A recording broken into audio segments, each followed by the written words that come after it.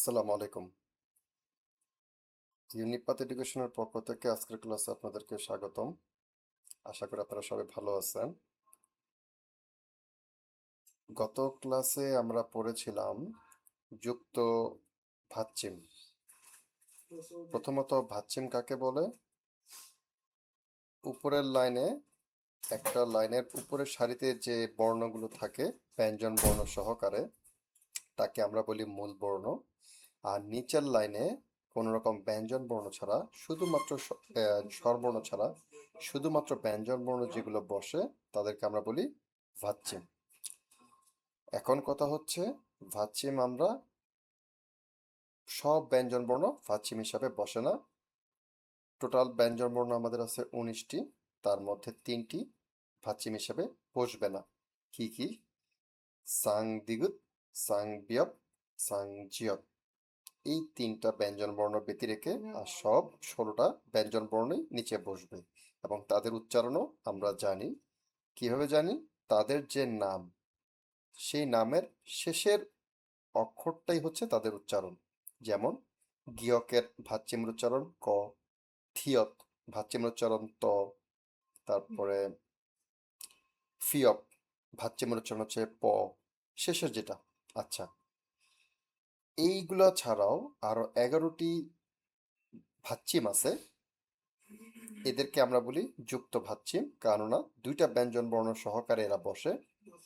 এদের বসার প্যাটার্ন বা এই ধরনের কোনো গ্রামার আমাদের কাছে নেই। এটা কোরিয়ানরা ব্যবহার করে, এবং কোরিয়ানরা যেভাবে আমাদেরকে দিচ্ছে আমরা সেভাবে এটাকে আত্মস্থ করতেছি। তো যুক্ত যে ভাচ্চিমগুলো বসে, আমরা সেগুলোর মধ্যে 2টার উচ্চারণ 2 রকম। তাহলে আমরা কোনটা ব্যবহার করব? সবগুলোর ক্ষেত্রে আমরা প্রথমটা ব্যবহার করব, দ্বিতীয়টা ব্যবহার করব না। শুধুমাত্র 3টা ব্যতি রেখে। সে 3টা কি কি? রিয়লের সাথে যদি গিয়ক থাকে, রিয়লের সাথে যদি মিয়ম থাকে, আর রিয়লের সাথে যদি ফিয়প থাকে, এই 3টার বেলায় কেবল দ্বিতীয়টা উচ্চারিত হবে, আর বাদ বাকি সবগুলোর ক্ষেত্রেই প্রথমটা উচ্চারিত হবে। তো গত ক্লাসে আমরা এগুলো আলোচনা করেছি। আশা করি কারো কোনো প্রবলেম নাই। যদি প্রবলেম থাকে আপনারা হাত তুলবেন, আমি তখন সমাধান করব, আর নতুবা আমি আমার ক্লাস কন্টিনিউ করব। আচ্ছা, আমরা আজকে গুরুত্বপূর্ণ একটা বিষয় নিয়ে আলোচনা করব। সেটা হচ্ছে ভারুম। ভারুম হচ্ছে উচ্চারণ, প্রোনাউন্সিয়েশন। এই হচ্ছে আমাদের ভারুম, মানে উচ্চারণ। 1 নম্বরে হচ্ছে ভাচ্চিমের পরে মূল বর্ণ। ভাচ্চিমের পর মূল বর্ণ ইয়ং থাকলে, মূল বর্ণ ইয়ং থাকা আর স্বরবর্ণ থাকা একই কথা। কারণ কি, আমরা জানি ইয়ং এর কোনো উচ্চারণ নেই। মূল বর্ণ হিসাবে ইয়ং এর কোনো উচ্চারণ নাই। ইয়ং এর উচ্চারণ কেবলমাত্র ভাচ্চিম হিসাবে আছে। মূল বর্ণ হিসাবে ইয়ং এর কোনো উচ্চারণ নেই। ইয়ং এর উচ্চারণটা কি হয়? তার সাথে যে স্বরবর্ণটা থাকে ওটাতেই তার উচ্চারণ। তাই আমরা এটাকে অনেক সময় এভাবে বলি, মূল বর্ণের পর ভাচ্চিমের পর মূল বর্ণ ইয়ং থাকলে, অথবা ভাচ্চিমের পর স্বরবর্ণ থাকলে, দুইটাই কিন্তু সেম কথা। তো ভাচ্চিমের পরে স্বরবর্ণ থাকলে বা মূল বর্ণ ইয়ং থাকলে ভাচ্চিম মূল বর্ণের স্থানে গিয়ে উচ্চারিত হবে। ভাইয়া, হুম। ভারম একটা কি গ্রামার বলতে বোঝাচ্ছে? ব্যাকরণ নাকি ভারম না এগুলো? না না, আমি আবারও আলোচনা করে দিচ্ছি আপনাকে। এটা হচ্ছে প্রোনাউন্সিয়েশন, উচ্চারণ। এটা জি কেবলমাত্র ভাই, হ্যাঁ ভাই, বুঝতে উচ্চারণ। পারছি। গ্রামার আমরা পরে জি জি, শিখবো, হ্যাঁ। এটা আরো পরে আসবে, আমরা আর অনেক পরে আসবে। আচ্ছা, আমরা যেটা বলতেছি, ভাচ্চিমের পরে মূল বর্ণ ইয়ং থাকলে, খেয়াল করেন আবারও, ভাচ্চিমের পরে মূল বর্ণ ইয়ং থাকলে ভাচ্চিম আর নিজের জায়গায় থাকবে না, সে কোথায় চলে যাবে? পরে যে মূল বর্ণ আছে তার স্থানে গিয়ে উচ্চারিত হবে, মানে ওই ইয়ং এর কাছে চলে যাবে। যেমন বানান কিন্তু প্রথমটা, এখানে কিন্তু কনফিউজড হবেন না, বানান কিন্তু প্রথমটা, কেবলমাত্র উচ্চারণটাই হচ্ছে এই সমান সমানের পরে যেটা, সেটা হচ্ছে তার উচ্চারণ। কি হবে দেখেন, মগদা। আমরা জানি মগদা মানে খাওয়া। আপনারা নিশ্চয়ই, আপনাদেরকে যে ভার্ব দিয়েছি ওখানে আপনারা পেয়েছেন মগদা। মগদা থেকে মগয়। দেখেন মক, আমরা জানি কি নিয়ম অ, নিচে আছে গিয়ক, গিয়ক নিচে থাকলে ক হয়, তাহলে কি হবে? মক অয়। কিন্তু এই নিয়মের কারণে গিয়কটা নিচে থাকবে না, গিয়কটা কই যাবে? উপরে চলে আসবে। দেখেন পাশেটা, দেখেন কি লেখা আছে, ম গয়। কি হয়ে গেছে? এখন গিয়ক যখন নিচে বসে তখন কিন্তু ক, উপরে চলে গেলে কিন্তু সে আর তখন ক থাকবে না। মাঝে বা শেষে বসলে গিয়ক কি হয়? গ হয়। তো মগয়। দেখেন এই যে যুক্ত ভাচ্চিম আছে আমাদের দ্বিতীয়টাতে। যুক্ত ভাচ্চিমের মধ্যে এবার একটা মজার বিষয় দেখেন, যুক্ত ভাচ্চিম থাকলে আমরা জানি তিনটা কেস ছাড়া সব ক্ষেত্রে প্রথমটা ব্যবহার করব। আমাদের এটা উচ্চারণ হওয়ার কথা ছিল অপ, অয়। কিন্তু এখানে এখন দেখেন দুইটা ভাচ্চিম আমার এখানে আছে, যুক্ত ভাচ্চিম, পরে আবার ইয়ং আছে, তাহলে কি হবে? একটা ভাচ্চিম মানে প্রথমটা নিচে রয়ে যাবে আর দ্বিতীয়টা এখানে চলে আসবে, ইয়ং এর কাছে চলে আসবে। যেমন অপ সয়, পাশে দেখেন উচ্চারণটা আমি লিখে দিছি, অপ সয়। অপ নিচের জায়গা বিয়োগের জায়গায় নিচে রয়ে গেছে, শিয়রটা উপরে চলে আসছে, অপ সয়। এটা কেবলমাত্র উচ্চারণের বেলায় বারবার বলতেছি। দেখেন খাল আ থাদা, আমরা যেটা শিখে আসছি খাল আ থাদা, কিন্তু এই নিয়মের কারণে কি হয়ে যাচ্ছে? খারা থাদা।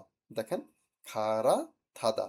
তারপরে শিপ ইল, শিপ মানে 10, ইল মানে 1, মানে শিপ ইল মানে 11, কিন্তু উচ্চারণ কি হবে? শিবিল, শিবিল। 1 নম্বর নিয়ে কারো কোনো কোশ্চেন থাকলে আমাকে বলবেন, আমি দ্বিতীয় পয়েন্টে চলে যাচ্ছি। 2 নম্বরে কি আছে? ভাচ্চিম বিয়পের পরে মূল বর্ণ মিয়ম অথবা নিয়ম থাকলে ভাচ্চিমের উচ্চারণ ম এর মতো হবে, ম। বিয়প নিচে থাকলে কি হয়? ভাচ্চিম থাকলে কি হয়? প হয়। কিন্তু যদি পরবর্তী মূল বর্ণটা মিয়ম বা নিয়ন হয় তাহলে কিন্তু বিয়পের উচ্চারণ প হবে না, ও হয়ে যাবে ম। এটা কিন্তু সবচাইতে বহুল ব্যবহৃত একটা ভারুম। দেখেন আমাদের সব কথা কোরিয়ানদের মধ্যে আপনারা জানেন, হামনিদা, খামনিদা, ওমনিদা, সুমনিদা, ইমনিদা, প্রত্যেকটা কথা শেষে কিন্তু এই যে বিয়োগ নিদার ব্যবহার আছে। ভাই আরেকবার বলবেন, বুঝি নাই আর কি, এটা আসলে কিসের ক্লাস আজকে? দেরি হয়ে গেছে ঢুকতে। এটা হচ্ছে ভারুমের ক্লাস, ভারুম। আমরা আজকে প্রোনাউন্সিয়েশন শিখব। আচ্ছা আপনি সাউন্ডটা ও বন্ধ করেন, আমি আবারও বলতেছি। আপনার, আমরা গত ক্লাসে যুক্ত ভাচ্চিম পড়েছিলাম, সেটার উচ্চারণ আমরা দেখেছিলাম। আজকে আমরা দেখব ভারুম। কোরিয়ান ল্যাঙ্গুয়েজের মধ্যে 3টা বিষয় গুরুত্বপূর্ণ। 1 নম্বর বিষয় ওর অ্যালফাবেট, যেটাকে আমরা বলি হানগুল। 2 নম্বর ইম্পর্টেন্ট বিষয় হচ্ছে আপনার গ্রামার। 3 নম্বর হচ্ছে ভারুম। তো গ্রামারটা আমরা এখন যাব না, গ্রামার যাব আমরা আগে, এটার বেসিকটা আমাদের যখন স্ট্রং হবে আমরা তখন গ্রামারে যাব। তো এই 3টা হচ্ছে ওর মেইন স্ট্রাকচার।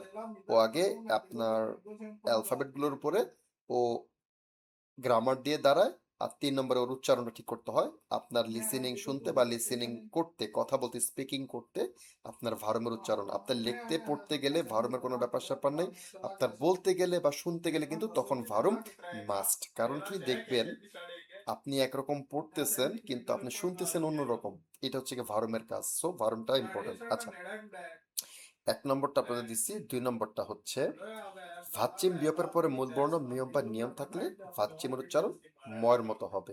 যেমন দেখেন ইপনিদা, আমরা জানি এটার উচ্চারণটা কি হবে? ইপনিদা। কিন্তু এই নিয়মের কারণে বিয়পের পরে নিয়ন বসছে, তাই বিয়পের উচ্চারণ ময়ের মতো হবে। কি হবে? ইমনিদা, ইমনিদা। আচ্ছা এবার দেখেন 3 নম্বর আমাদের আছে। এরপরে ভাচ্চিম হিয়তের পরে মূল বর্ণ ইয়ং থাকলে ভাচ্চিমের উচ্চারণ হবে না। ভাচ্চিম হিয়তের পরে মূল বর্ণ ইয়ং থাকলে ভাচ্চিমের উচ্চারণ হবে না। যেমন জোহা হাদা, কিন্তু এটার উচ্চারণটা কি হবে? আমরা জানি এই যে প্রথম নিয়ম অনুযায়ী, 1 নম্বর নিয়ম অনুযায়ী হিয়ত তার নিজের জায়গায় থাকবে না। যদি আমরা এগুলো না জানতাম আমরা কিভাবে পড়তাম? জোত নিচে হিয়ত থাকলে ত হয়, তাহলে কি হবে? জোত আ হাদা। 1 নম্বর নিয়মের কারণে কি হচ্ছে? জোহা হাদা। 3 নম্বর নিয়মের কারণে কি হচ্ছে? ওর উচ্চারণে চলে গেছে জোয়া হাদা। দেখেন জোয়া হাদা। একটা জিনিস মনে রাখলে আপনাদের সুবিধা হবে, হিয়ত হচ্ছে বলতে পারেন ইয়ং এর সৎ ভাইয়ের মতো। হিয়ত হচ্ছে ইয়ং এর সৎ ভাই। কেন? ইয়ং অনেক জায়গায়, সব জায়গাতেই সে উজ্জ্বল, তাকে কোথাও উচ্চারণ করা হয় না। হিয়ত অনেক জায়গায় সে এরকম ইয়ং এর মতো উচ্চারিত হয় না। আবার কিছু কিছু জায়গায় সে উচ্চারিত হয়, তাই আমি ওকে বলতেছি ও সৎ ভাই। যেমন এখানে দেখতেছেন হিয়তের পরে ভাচ্চিম হিয়তের পরে যদি মূল বর্ণ ইয়ং থাকে ভাচ্চিমের উচ্চারণ হবে না, জোয়া হাদা হয়ে গেছে এটা। আচ্ছা 4 নাম্বারটা ভাইয়া দেখ। 3 নাম্বারটা একটু বুঝাই দিন। আচ্ছা 3 নাম্বার একটু বলতেছি আমাদের ভাচ্চিম হিয়তের পরে মূল বর্ণ যদি ইয়ং থাকে বা স্বরবর্ণ থাকে তাহলে ভাচ্চিমের উচ্চারণ হবে না। ভাচ্চিম হিয়তের পরে মূল বর্ণ ইয়ং থাকলে ভাচ্চিমের উচ্চারণ হবে না। যেমন দেখেন জো জোত, আমরা যদি এটাকে একটু এক্সপ্লেন করি আর একটু সহজভাবে,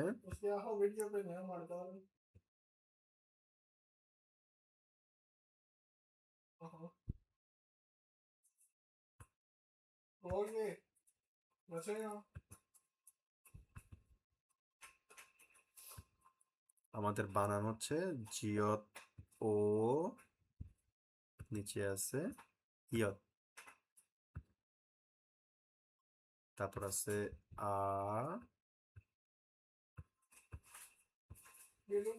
তারপর আছে হা,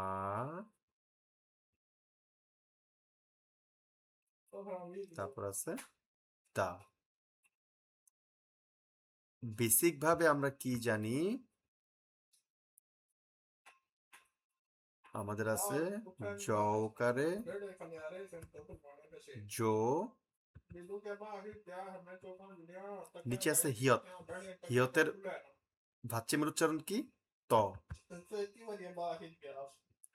তারপর আছে আমাদের সরেয়া ইয়ংআতে আ হয়, তারপর আছে হা হয় হিয়ত আয় হা, দ্বিগুতায় দা। এটা হচ্ছে আমাদের, আমরা যখন বেসিক পড়ে আসছি সে অনুযায়ী এটা হচ্ছে জোত আ হাদা। 1 নম্বর নিয়মে কি বলছে, ভাচ্চিমের পরে মূল বর্ণ ইয়ং থাকলে ভাচ্চিমা নিজের জায়গায় উচ্চারিত হবে না, সেই ইয়ং এর কাছে চলে যাবে। তাহলে 1 নম্বরের নিয়ম অনুযায়ী এটা কি দাঁড়াইতেছে, বানানটা 1 নম্বর বানান কিন্তু এটাই হবে যেটা আপনাদেরকে লিখে দিছি, জাস্ট উচ্চারণটা দেখাচ্ছি। তাহলে আমাদের প্রথম 1 নম্বর নিয়ম অনুযায়ী কি দাঁড়াইতেছিল, এখানে এখন হিয়ত চলে আসছে, এখানে আর হিয়ত নেই কারণ কি এখানে ইয়ং ছিল। তাহলে এটা দ্বারা কি দাঁড়াচ্ছে,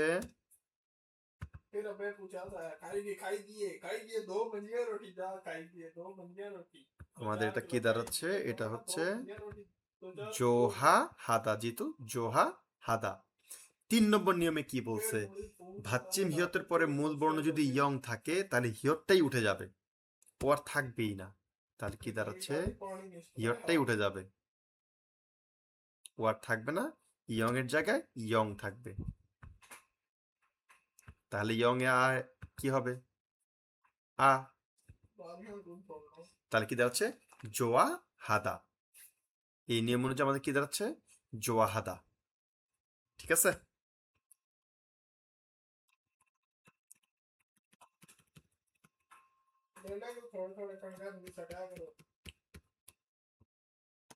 আচ্ছা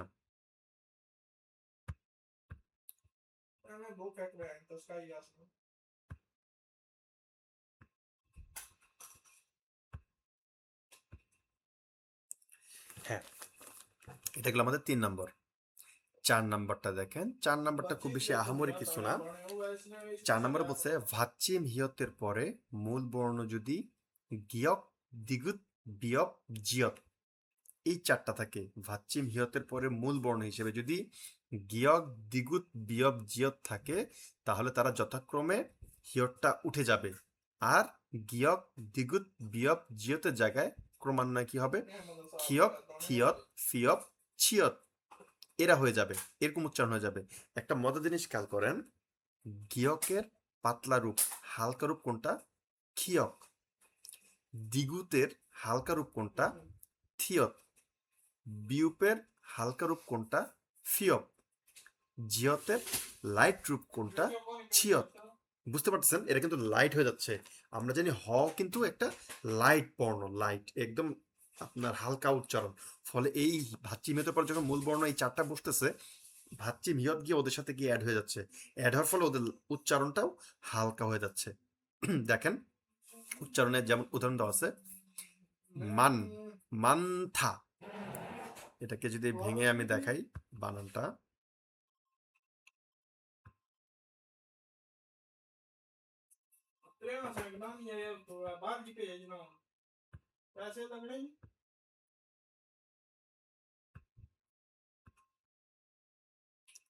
দেখেন বানান হচ্ছে মান্থা, মানে বেশি। আমার বানান লেখাটা আপনারা খেয়াল করবেন, আপনারা কিন্তু এই অর্ডারে লিখবেন। আমি অনেককে দেখছি আগে উপরে মূল বর্ণ, তারপর ভাচ্চিম, তারপরে স্বরবর্ণ লেখেন। এভাবে করা যাবে না, বি কেয়ারফুল। এই হচ্ছে আমাদের বানান। উচ্চারণটা কি দাঁড়াচ্ছে? আমাদের মিয়ম আয়ের জায়গায় মিয়ম আ থাকবে। দুইটা মানে যুক্ত ভাচ্চিম আছে। প্রথমটা আমার নিচেই রয়ে যাবে, আর দ্বিতীয়টা হিয়ত এবং দ্বিগুত, হিয়ত চলে যাবে দ্বিগুতের কাছে, হিয়ত চলে যাবে দ্বিগুতের কাছে। এখন যদি দ্বিগুতের কাছে চলে যায় তাহলে দ্বিগুতের উচ্চারণ হালকা হয়ে যাবে। ওর উচ্চারণ কি হয়ে যাবে? থিয়ত। দ্বিগুতের হালকা উচ্চারণ হচ্ছে থিয়ত। তাহলে এর উচ্চারণটা এখানে কি দাঁড়াবে? থিয়ত। আর আয়ের জায়গায় আ। এই হচ্ছে আমাদের উচ্চারণ। মান্থা, মান্দার জায়গায় এখানে আমার কথা ছিল মান্দা, তার জায়গায় মান্থা। ঠিক একইভাবে শুধুমাত্র এই চারটার ক্ষেত্রে গিয়ক হয়ে যাবে খিয়ক, দ্বিগুত হয়ে যাবে থিয়ত, বিয়প হয়ে যাবে ফিয়প, আর আপনার জিয়ত হয়ে যাবে ছিয়তের মতো করে উচ্চারণ।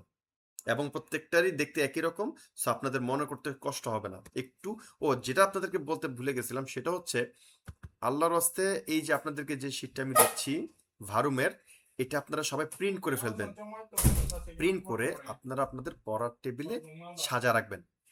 এরপরে আমাদের 5 নম্বরটা দেখেন, ভাচ্চিম রিয়লের পরে মূল বর্ণ যদি রিয়ল অথবা নিয়ন থাকে, ভাচ্চিম হিসেবে রিয়ল আছে, আবার পরেও মূল বর্ণ রিয়ল বা নিয়ন আছে, তাহলে কি হবে?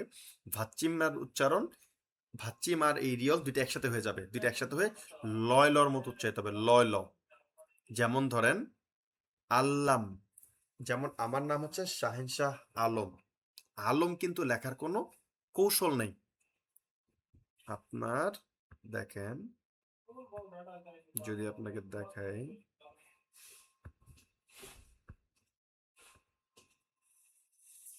আমার আলম লেখার কিন্তু কোনো সুযোগ নেই, কারণ কোরিয়াতে আলমের কোনো ব্যাপার নেই। যেমন আমি আলম লিখবো, আমি আলম কিভাবে লিখতে পারি? এই যে দেখেন, আমি এখানে ল রিয়ল দিই, রিয়ল নিচে বসলে কি হয়? ল। তাহলে গেল আল, আল ঠিক আছে। এখন অম কিভাবে লিখবো? এই যে আমি এখন অম লিখলাম, এই অম লিখলাম। এটা যদি আমি লিখে আলম মনে করতে চাই তাহলে কি হবে? আমাদের 1 নম্বর নিয়মে কি বলছিল?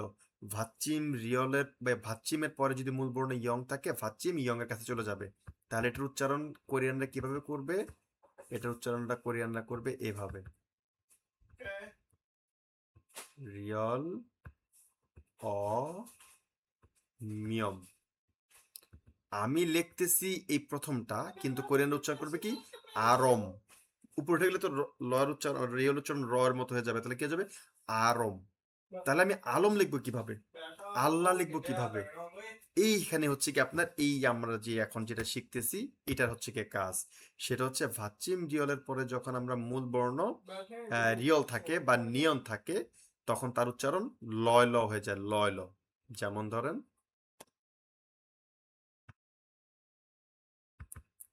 এই আমরা লিখতেছি আল রম, আল, এটার উচ্চারণটা হচ্ছে কি নরমালি আল রম, যেহেতু রিয়ল উপরে আছে। কিন্তু এই নিয়মের কারণে ভাচ্চিম রিয়লের পরে মূল বর্ণে রিয়ল থাকার কারণে হয়ে যাচ্ছে কি আল্লাম।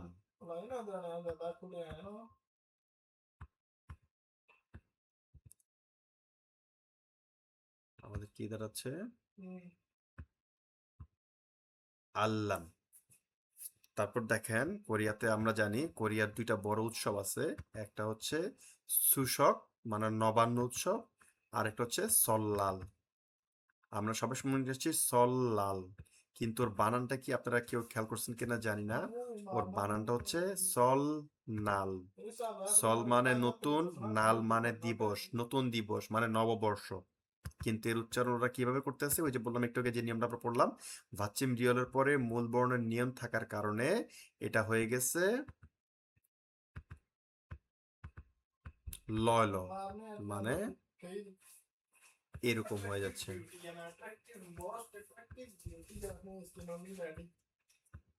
হয়ে গেল সল্লাল।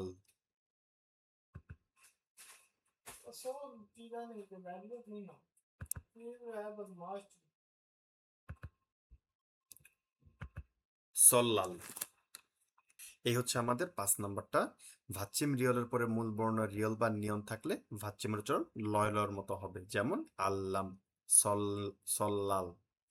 6 নম্বরটা দেখেন কি বলছে, ভাচ্চিম গিয়কের পরে মূল বর্ণ মিয়ম বা নিয়ম থাকলে এবং ভাইস ভার্সা, কিন্তু মানে এটা যদি উল্টা থাকে, লাইক ভাচ্চিম হিসেবে মিয়ম নিয়ন আছে, পরে আছে গিয়ক, সেক্ষেত্রেও সেম টু সেম হবে। সেটা হচ্ছে কি, ভাচ্চিমের উচ্চারণ ইয়ং এর মতো হবে, উনিশকারের মতো হবে, মানে তখন আর গ হবে না, তখন অঙ্ক, রং এরকম হয়ে যাবে।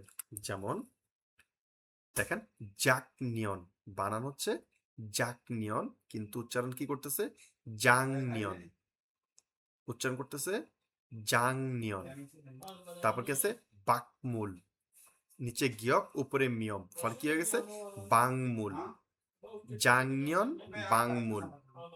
বুঝতে পারছেন? এই হচ্ছে কি আমাদের জিনিস, ভাচ্চিম গিয়কের পর মূল বর্ণ মিয়ম বা নিয়ম থাকলে গিয়কের ভাচ্চিমের উচ্চারণ উনিশকারের মতো হবে। আচ্ছা, 7 নাম্বারটা দেখেন, ভাচ্চিম থিয়তের পরে মূল বর্ণ যদি ইয়ং ই থাকে, ভাচ্চিম থিয়তের পরে মূল বর্ণ ইয়ং ই থাকলে ভাচ্চিমের উচ্চারণ চয় ছর মতো হবে, চয় ছ মানে আচ্ছা এরকম। যেমন ধরেন দেখেন খাত্থি, 1 নম্বর নিয়ম অনুযায়ী থিয়ত উপরে চলে আসবে, হয়ে যাবে কি খাত্থি, কিন্তু এর উচ্চারণ কি দাঁড়াচ্ছে খাচ্ছি। এই 7 নম্বর নিয়মের কারণে এটার মানে হচ্ছে কি আপনার একত্রে, যেমন খাচ্ছি খায়ও। আপনারা প্রায় দেখবেন কোন একটা ব্যাংকে আপনি যাবেন, আপনার একটা হেল্প দরকার, আপনি আপনার কোরিয়ান সহকর্মীকে বললেন যে কাচ্চি খাল্লে, মানে একসাথে যাবেন কি, এই যে কাচ্চি, অথচ বানান হচ্ছে খাচ্ছি। তো কোরিয়াতে আপনারা এটা পাবেনই না, সব জায়গায় দেখবেন যে কাচ্চি কাচ্চি বলে, কাচ্চি খা, কাচ্চি খায়ও, কাচ্চি খাসেও, কাচ্চি খাগো খায়ও, এরকম। তো এটা হচ্ছে কি সেই নিয়মের কারণে এর উচ্চারণ হচ্ছে থিয়তের পরে, ভাচ্চিম থিয়তের পরে মূল বর্ণ যদি ইয়ং ই থাকে তাহলে এর উচ্চারণ কি হবে, চয় ছর মতো হবে, যেমন খাচ্ছি।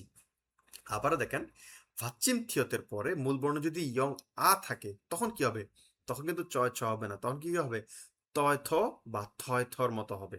যেমন ধরেন খাত্থা, খাত্থা মানে একই রকম, একই রকম বা মনে হওয়া, খত খাত্থায়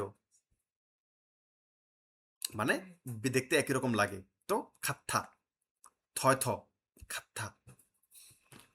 এরপরে 9 নম্বর আমাদের আজকের সবচেয়ে গুরুত্বপূর্ণ এবং শেষের যেটা, সেটা দেখেন, এটা দ্বারা অনেক উচ্চারণের বানানের বিপরীতে উচ্চারণ হয়, যেটা কিনা আপনারা যদি এই নিয়মটা না জানেন আপনারা কল্পনাও করতে পারবেন না উচ্চারণ কিভাবে চেঞ্জ হয়ে যায়। দেখেন ভাচ্চিম হিসেবে 7 পদের ত, দেখেন আমাদের 7টা ব্যঞ্জন বর্ণ আছে, যারা যখন ভাচ্চিম হিসেবে বসে তখন তাদের উচ্চারণ ত এর মতো হয়। সেই 7টা কি কি দেখেন, দিগুত, শিয়ত, জিয়ত, ছিয়ত, থিয়ত, হিয়ত এবং সাংশিয়ত। এই 7টা ব্যঞ্জন বর্ণ যখন ভাচ্চিম হিসাবে বসে এদের উচ্চারণ কিন্তু ত হয়, এবং এরা যদি থাকে আর এরা উঠে যাবে, এরা যদি ভাচ্চিম হিসেবে থাকে এরা উঠে যাবে, তার পরিবর্তে এদের জায়গায় কে বসবে, পরেই যে মূল বর্ণটা আছে শুধুমাত্র ইয়ং ছাড়া, শুধু ইয়ং ছাড়া বাদ বাকি যে আমাদের 18টা ব্যঞ্জন বর্ণ আছে, এরা যে কোনটাই যদি বসে ওরা 2বার উচ্চারিত হবে, 2বার। দেখেন ভাচ্চিম হিসাবে 7 পদের ত থাকলে এবং পরেই মূল বর্ণ ইয়ং থাকলে, মানে মূল বর্ণ যদি থাকে ভাচ্চিম উঠে যাবে এবং পরে থাকা মূল বর্ণটি 2বার উচ্চারিত হবে, পরে যে মূল বর্ণ আছে সেটা 2বার। যেমন ধরেন এক্সাম্পল কি দেওয়া আছে, ইত নুনের জায়গাটা কি হচ্ছে ইন্নুন, ইদ্দা মানে থাকা বা আছে, সেখান থেকে দেখেন ইন্নুন, ইত নুনের জায়গায় ইন্নুন। তারপর দেখেন আচ্ছা, এটাকে আমি একটু ভেঙে দেখাই। এটাকে আচ্ছা, এগুলো সব আগে বলে যাই। মিয়ত মিয়ং হয়ে গেছে কি মিয়ম মিয়ং। নক্কো, নক গো হয়ে গেছে নক্কো। দেখেন আমাদের শব্দটা হচ্ছে সাংশিয়ত আর নুন। আমাদের 9 নম্বর নিয়ম অনুযায়ী এটার উচ্চারণ হচ্ছে ত। এটার উচ্চারণ হচ্ছে ত। এই 9 নম্বর নিয়মের কারণে এটা উঠে যাবে।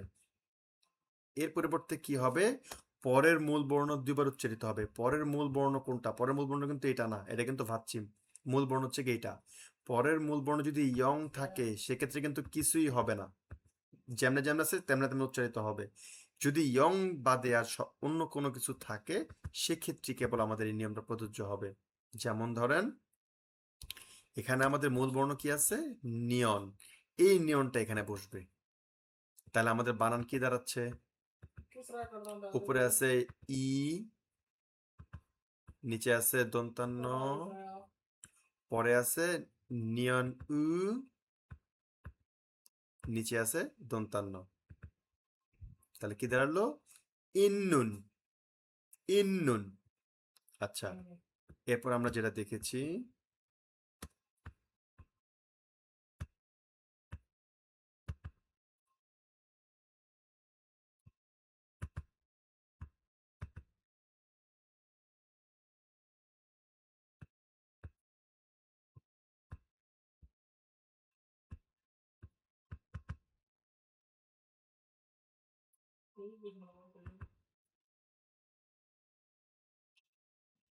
আচ্ছা, আমরা দেখেছি মিয়ত মিয়ং, খুবই গুরুত্বপূর্ণ একটা শব্দ। মিয়ত মানে কত, আর মিয়ং মানে মানুষ। কয়জন মানুষ? কয়জন? সেটা হচ্ছে মিয়ত মিয়ং।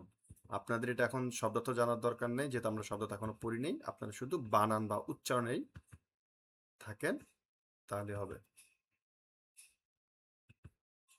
এটার পরে আপনাদের উচ্চারণ নিয়ে আর কোনো সমস্যা হবে না। আমাদের উচ্চারণ এবং রিডিং পড়া নিয়ে আমাদেরকে আর কেউ আটকাতে পারবে না আজকের ক্লাসের পর। আজকের ক্লাসের পরেই আমরা সবচাইতে বিরক্তিকর অংশে যাব, সেটা হচ্ছে শব্দার্থ মুখস্থ।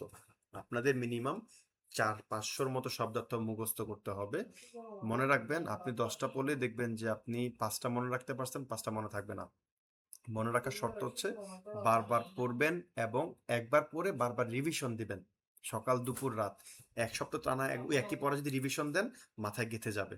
তো মোটামুটি 400-500 মতো মুখস্থ করলেই দেখবেন যে আপনাদের কোরিয়াতে আপনাদের কথাবার্তা সব জায়গাতে চলাচলের জন্য 70%ই আপনি ওকে। 70%ই আপনি ওকে। আপনি 70% কোরিয়াতে আপনি অনায়াসে এই এই আপনার এই নলেজ দিয়ে আপনি ঘুরতে পারবেন, কাজ করতে পারবেন। এরপরে আপনি যত আরো ভোকাবুলারি আপনি রাইজ করবেন, আপনার দক্ষতা আরো বাড়বে। আচ্ছা, দেখেন এটা বানানটা কি হচ্ছে। দেখেন উপরে আছে মিয়, উপরে রয়ে গেছে মিয়, মিয়র জায়গায় মিয়ই বসবে। এরপর দেখেন নিচে আছে ছিয়ত। ছিয়তের ভাচ্চিমের উচ্চারণ কি?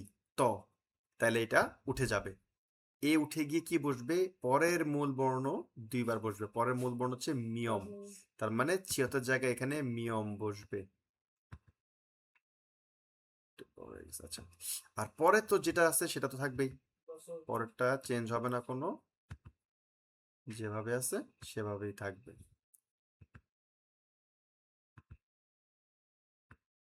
এখন যদি আপনি বানান করেন তাহলে কি দাঁড়াচ্ছে? মিয়ম মিয়ং, মিয়ম মিয়ং।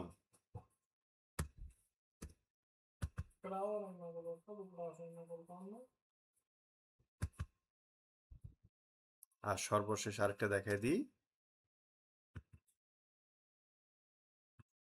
এটার মানে হচ্ছে গিয়ে রেখে, রাখা থেকে রেখে। এটা একটা শব্দার্থ নয়, এটা অলরেডি একটা গ্রামার অ্যাপ্লাইড হয়ে গেছে। রাখা হচ্ছে কি মেন, নদ্দা। নদ্দা মানে রাখা, সেখান থেকে এটা হয়ে গেছে নক্কো, একটা গ্রামার বসছে। আচ্ছা, দেখেন আমাদের নিয়ম অনুযায়ী কি দাঁড়াচ্ছে, নিয়ন অয়ের জায়গায় নিয়ন অয় বসবে, নো চেঞ্জ। নিচে যে হিয়ত আছে, হিয়তের ভাচ্চিমের উচ্চারণ কি, ত, তার মানে সে উঠে যাবে। পরের মূল বর্ণটাও এখানে বসবে, পরের মূল বর্ণ হচ্ছে গিয়ে গিয়ক, নিচে আছে গিয়ক আর উপরে তো গিয়ক ও আছেই। এখন দেখেন এটার উচ্চারণ কি দাঁড়াচ্ছে, আমরা জানি নিয়ন অতে ন, নিচে আছে গিয়ক মানে হচ্ছে গিয়ে ক, আর গিয়ক যদি শব্দের মাঝে বা শেষে বসে আমরা কি জানি, গ হয়। গিয়ক ওতে গো, নক গো, নক গো। আমাদের সব নিয়ম অনুযায়ী কিন্তু এটা এটা হওয়ার কথা, কিন্তু এটার উচ্চারণ কিন্তু এটা না। এটার উচ্চারণ কি দাঁড়াচ্ছে দেখেন,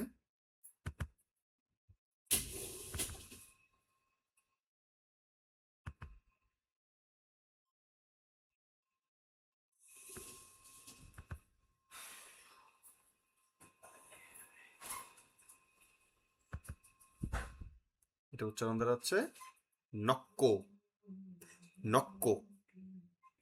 আচ্ছা, আমরা আজকে আরেকটা জিনিস দেখব, ভারুমটা কিন্তু আমি আপনাদেরকে বলতেছি, ভারুমটা কিন্তু আপনাদের মুখস্থ করার কিছুই নেই, আপনারা এটাকে প্রিন্ট করবেন, আপনাদের টেবিলের সামনে রাখবেন, যখন আপনারা রিডিং পড়তে যাবেন তখন আপনারা দেখে দেখে পড়বেন, আপনাদের কাজ হচ্ছে এইটাই। তাই আমরা এটার জন্য আমাদের যেটা আগামী ক্লাসের জন্য আমরা যেটা পড়বো সেটা হচ্ছে কি সংখ্যা। কোরিয়াতে সংখ্যা আছে দুই রকম সংখ্যা, একটা হচ্ছে পিওর, একটা হচ্ছে সিনো।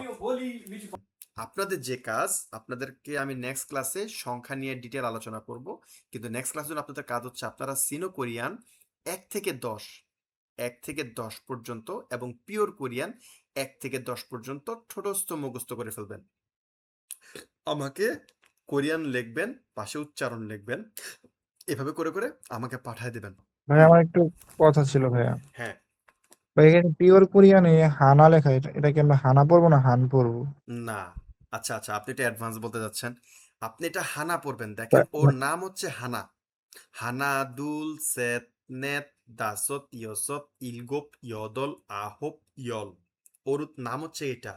ওকে যখন আমরা প্র্যাকটিক্যালি ব্যবহার করতে যাব, পিওর কোরিয়ানের প্রথম 4টার উচ্চারণ একটু চেঞ্জ হয়ে যায়, তখন হানা হয়ে যায় হান, দুল হয়ে যায় দু, সেত হয়ে যায় সে, নেত হয়ে যায় নে। মানে মানে 1 থেকে 4 পর্যন্ত, বাদ বাকিগুলো সব সেম টু সেম থাকে, শুধু 1 থেকে 4-এর ক্ষেত্রে হানার এই নিয়নটা নিচে চলে আসে, দুলের রিউলটা উঠে যায়, আর সেতের শিওরটা উঠে যায় ভাচ্চিম, নেতের ভাচ্চিম শিওরটা উঠে যায়। তো এটা আমরা নেক্সট ক্লাসে ডিটেল আলোচনা করব, কিন্তু আপনারা পড়বেন হচ্ছে গিয়ে জি ভাই। হানা দুল সেত নেত এভাবেই পড়বেন। যখন ব্যবহার করব আমি যখন শিখাবো তখন আমি বলে দেবো যে আপনারা তখন হান্দু সে নে ব্যবহার করবেন। বুঝতে পারছি? জি ভাইয়া। জি আরেকটা হ্যাঁ। বিষয়, ইম্পর্টেন্ট বিষয়, সেটা হচ্ছে আপনারাই দেখেন 8 নম্বরে লেখা আছে আমাদের পিওর কোরিয়ানে ইয়দল। আপনাদের অনেককেই আমি দেখি, মানে আমার অতীতের অভিজ্ঞতা বলে, ইয়টাকে আপনারা লিখে ফেলেন ইয়ো, বানান কি হয়ে যায় রস্যই ও, অনেকে লেখেন ইউ, রস্যই রস্যু। খবরদার এই ধরনের ভুল করবেন না, এটার উচ্চারণ কি হবে ইয়, মানে রস্যই অন্তস্তীয় বা রস্যই স্বরেয়, ইয়, ইয়, পরে হচ্ছে কি আপনার দল, ইয় দল। কথা বুঝতে পারছি? তারপরে ইলগোপ, দেখেন 7 নম্বরে আছে ইলগোপ, এটা কিন্তু গো, গকার গো প গোপ, এখানে কিন্তু ইলগপ ইলগুপ এ ধরনের কাজ কিন্তু করবেন না। আপনি যদি মনে করেন ওর জায়গায় আমি উ লিখে দিলাম, হবে না, এরা যেভাবে আছে এক্স্যাক্টলি সেভাবে লিখতে হবে। ঠিক ভাইয়া আছে, সিনো কোরিয়ান গুলো একটু পড়ে দেন তো ভাইয়া। সিনো কোরিয়ান। আচ্ছা, যে এখন দেখেন 1 নম্বরে আছে ইল, ইল, 2 নম্বরে ই, 3 নম্বরে সাম, 4 নম্বরে সা, 5 নম্বরে ও, 6 নম্বরে UCO, UCO, not yoke, not ইয়োক, এটা হচ্ছে ইউক, রস্যই রস্যু ক, ইউক। তারপর 7 নম্বরে ছিল, ছিল। 8 নম্বরে ফাল, ফাল। 9 নম্বরে খু, 10 নম্বরে শিপ, শিব না কিন্তু নিচে বিয়োগ থাকলে প হয়, তাহলে কি হবে শিপ। তাহলে কি দাঁড়াচ্ছে? ইল ই সামসা ও ইউক ছিল ফালখু শিপ। আর পিওর কোরিয়ানে হানা দুল সেত নেত দাসত ইয়সত ইলগোপ ইয়দল আহোপ ইয়ল। ঠিক আছে, আজকে তাহলে এই পর্যন্তই। আল্লাহ হাফেজ।